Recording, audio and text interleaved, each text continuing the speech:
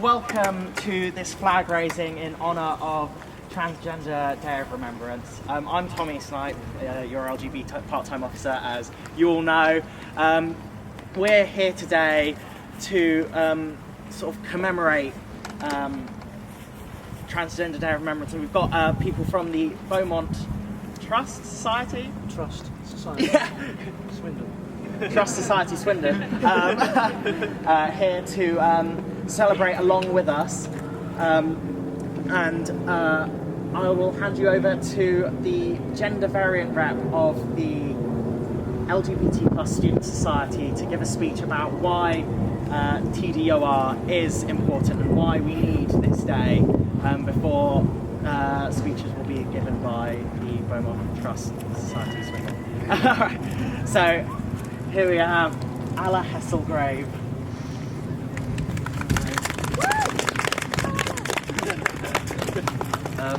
Thank you, and thanks for coming, everyone. I really appreciate you joining us here today.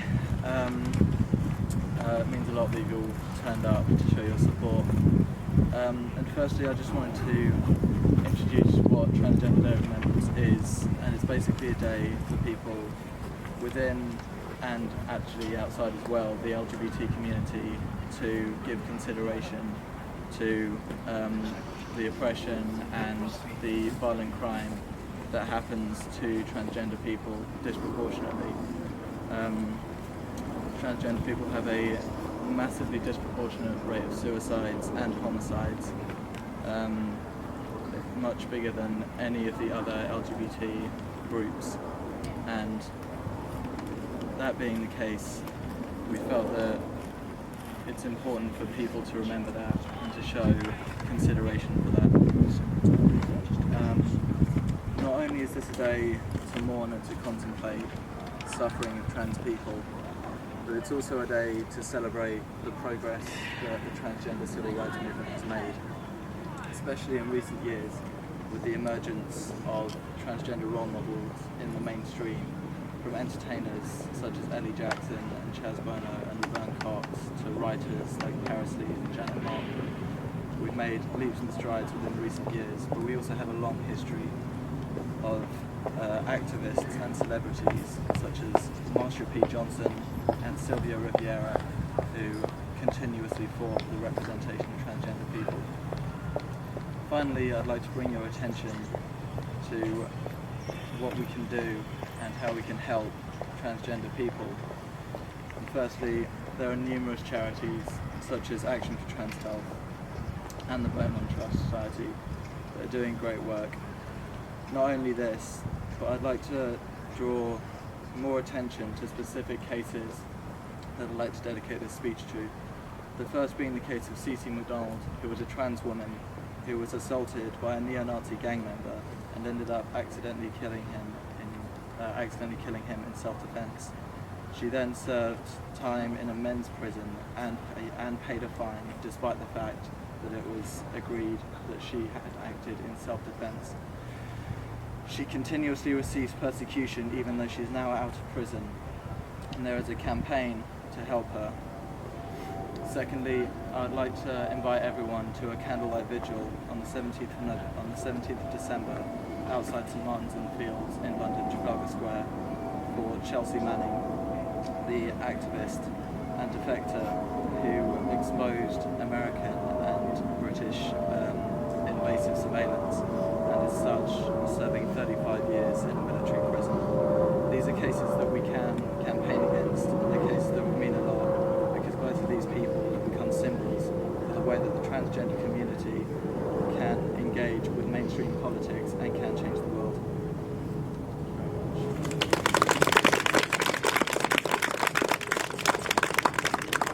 Thank you for that, Alan. That's lovely. Now we have Eleanor, who wants to speak. No, come. Yes.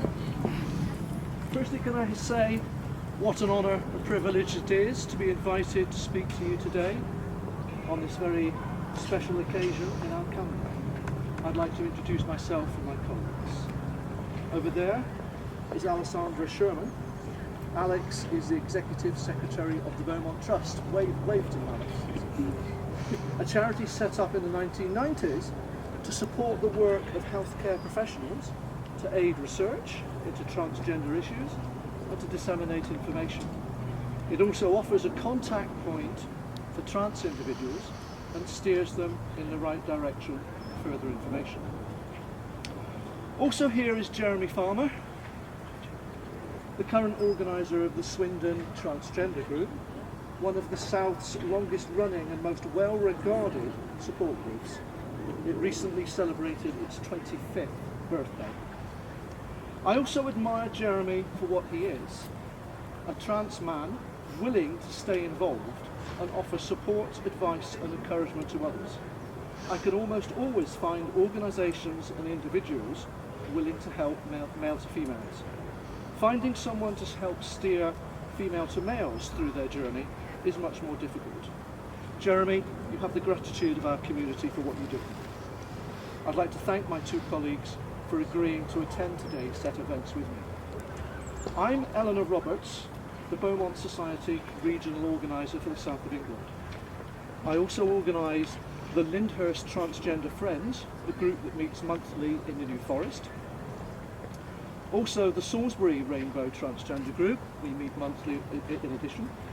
And I also organise Southampton's Totten Disco Party Night, one of the South of England's largest monthly trans events. Please don't laugh, but I'm also the fashion editor for the Beaumont Society's quarterly magazine. Did you see anyone laughing? Yes. Tommy asked me today to give a short account of my society, the Beaumont Society. I hope he doesn't regret that request. Short. In the 1950s and the 1960s, the transgender world in this country was very secretive. Society was very intolerant of anyone who deviated from expected norms. The grip of gender normality was in fact loosening. In 1960 in the USA, Virginia Prince, who it is claimed first coined the term transgender, started to regularly publish her magazine, Transvestia, and set up the first transgender support group in the world, called Phi Pi Epsilon. News about the group and its publications reached Britain, so that it quickly gained a small number of UK subscribers who made contact with each other. The Beaumont Society was founded in 1966 as a consequence, as a self-help and social organisation for transsexuals and transvestites. We are still here nearly 50 years on, in a very different social climate, with a broader membership, but with the same aims. The name in fact comes from the Chevalier Dion de Beaumont, a celebrated French transvestite and diplomat of the 18th century, who settled in London in the later years of his life and managed to scandalise many members of the political establishment at the time with his propensity for appearing as either a man or woman, depending on how she felt, being equally convincing in either gender. The society is run for and by people who are transgender, covering the spectrum from occasional cross-dressers to post-op transsexuals. We are a national organisation run on a regional basis. There are members throughout the UK, with local groups in many areas, and we also have a lot of members from overseas. We are the largest and longest established transgender support group outside of the USA, and have developed a support network which has been at the forefront of the transgender, transvestite, transsexual and cross-dresser community since 1966. We believe that transgender people have the right to dignity.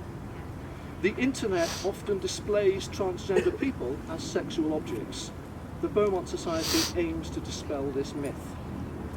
As well as being a support network, the Society keenly promotes the better understanding of the conditions of transgender, transvestism and gender dysphoria in society, thereby creating and improving tolerance and acceptance of these conditions by a wider public. Based in the UK, the Society is a democratically run, non-profit making organisation funded entirely by membership subscriptions and donations. Our publications include a quarterly magazine that represents a lifeline for those who are unable to attend one of the country's many social and support groups. I serve on the executive committee of the Society. We meet twice a year to plan and manage the affairs of the Society. We became a registered charity in 2010. We fulfil our charity obligations by offering support and advice to anyone who needs it. As a Southern Regional Organiser, I receive on average about 2 or 3 contacts per week, either by phone or by email. These range from direct contact from the person experiencing the gender confusion to contact by partners and parents seeking support on behalf of someone else. Contacts range from people in their 60s who have struggled all their lives with gender expression problems to the parents of teenagers, some as young as 12 or 13.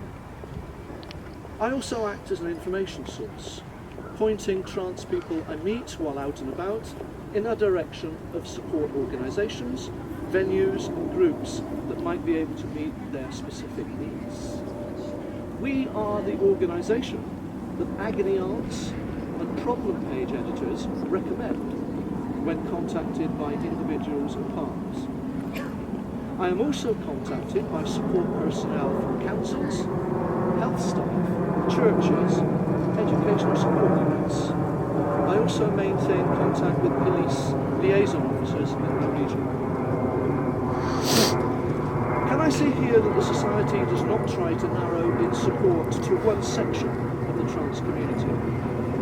We certainly do not try to drive a wedge between full-timers and those who, for whatever reason, experience some degree of gender dysphoria but choose to express it externally on a part-time basis. It is not for us to judge people's motives and drives. We do not adopt a dismissive approach to cross-dressers and transvestites, as some other organisations do. Anyone experiencing a degree of gender confusion is worthy of support and help, and that is fundamental to the philosophy of the Society. I support the right of individuals to dress as they wish, barring indecency. I celebrate the positive image that people like Grayson Perry and Eddie Izzard project. I positively cheered when Grayson turned up at Buckingham Palace to collect his CBE in a very tasteful blue 2-piece skirt suit and matching hat. I would finally like to say thank you to Tommy and Jamie and the others for inviting us and for organising today's event to mark such an important day in the calendar. Reading is the town where I was born. It means a lot to me to see it so prominently involved in one of the events that is both dearest to my heart and I know is dearest in the heart of Jeremy and Alex. Thank you.